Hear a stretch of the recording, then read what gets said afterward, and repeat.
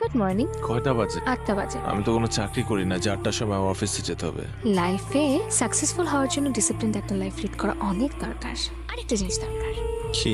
আমার মতো একটা লক্ষ্মী বউ। আপনি হয়তো ভুলে যাচ্ছেন আমরা সত্যিকার স্বামী স্ত্রী না, বাট যতদিন আছি ততদিন প্রত্যেক সকাল আপনার ঘুম ভাঙানোর দায়িত্ব আমার। এই এক কাপ কফি হাতে।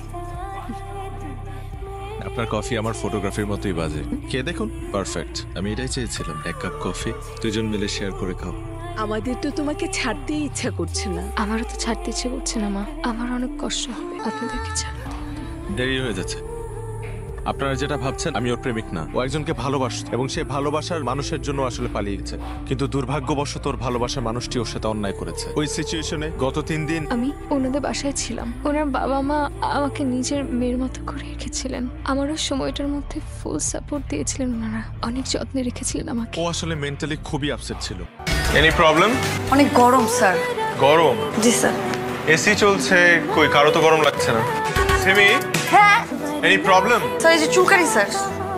চুলকাচ্ছে? জি স্যার, মানে উকুন। উকুন? জি স্যার। তুমি দাঁড়াও তো, একটা খুব ভালো একটা দিক আছে। জি স্যার। সেটা কি জানো? জি sir, I am beautiful sir. সে নিজেই বলছে সে বিউটিফুল, সে নিজেই জানে সে বিউটিফুল। জি স্যার। Like the confidence. সেটা হলো তোমার চুল।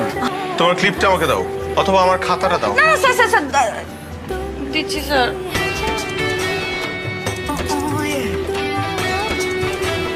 একটাই স্যার। বাকিগুলো দাও। হ্যাঁ বাকিগুলো দাও। স্যার।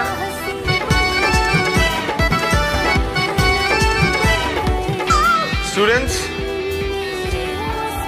এই হচ্ছে তোমাদের ফ্রেন্ড। কি নাম? সিমি। সিমি। তার চুল থেকে ঝরঝর করে বৃষ্টির মতো নকল বের হচ্ছে।